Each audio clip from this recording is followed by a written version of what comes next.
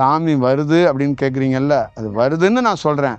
அது உண்மையா அப்படின்னு கேட்கக்கூடாது. ஏன்னா உண்மைங்கிறது வேற, சாமி வருதுங்கிறது வேற. சாமி வருது, வராமல் இல்லைல்ல, வருது. அது சாமியாக வருதா, அலைவரிசையாக வருதா, அது என்ன வருது, ஒரு எனர்ஜிக் ஃபார்ம் ஆகுது அப்படிங்கிறது அதான் விஷயம்.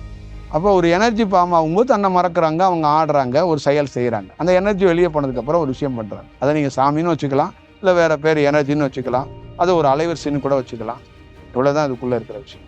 இப்போ உங்களுக்குள்ளே ஒரு இறந்தவர் உள்ளே போயிட்டார், அதை நீங்கள் பேயின்னு வச்சுக்கலாம், ஒரு நெகட்டிவான எனர்ஜின்னு வச்சுக்கலாம். இப்போ நீங்கள் வைக்கிற பேர்கள் தான் அது. இவ்வளோதான் இதுக்குள்ளே இருக்குது. அப்போ அந்த மாதிரி ஒருத்தருக்குள்ள தாக்கம் உள்ளே இருக்கும்போது அந்த மாதிரி அவங்க தன்னை மறந்து செயல்படுறதுக்கு வாய்ப்பு இருக்குது. தியானத்துக்குள்ளே ஒருத்தர் உட்கார்ந்துருக்குறாங்க, அவங்க பெரிய ஞானியாலாம் ஆக மாட்டாங்க, தன்னையே மறந்துடுவாங்க. அப்போ ஒரு பெரிய அலைவரிசை அவங்களுக்குள்ளே ஊடுருவிக்கும். அப்போ அந்த அலைவரிசை வெளியில் போனதுக்கப்புறம் தான் அவங்க ரிலீஸ் ஆவாங்க. ஆனால் அவங்க எந்திரிச்சு வரும்போது ஞானியாக எழுந்துச்சி வர மாட்டாங்க, மனிதராக தான் எழுந்துச்சி வருவாங்க.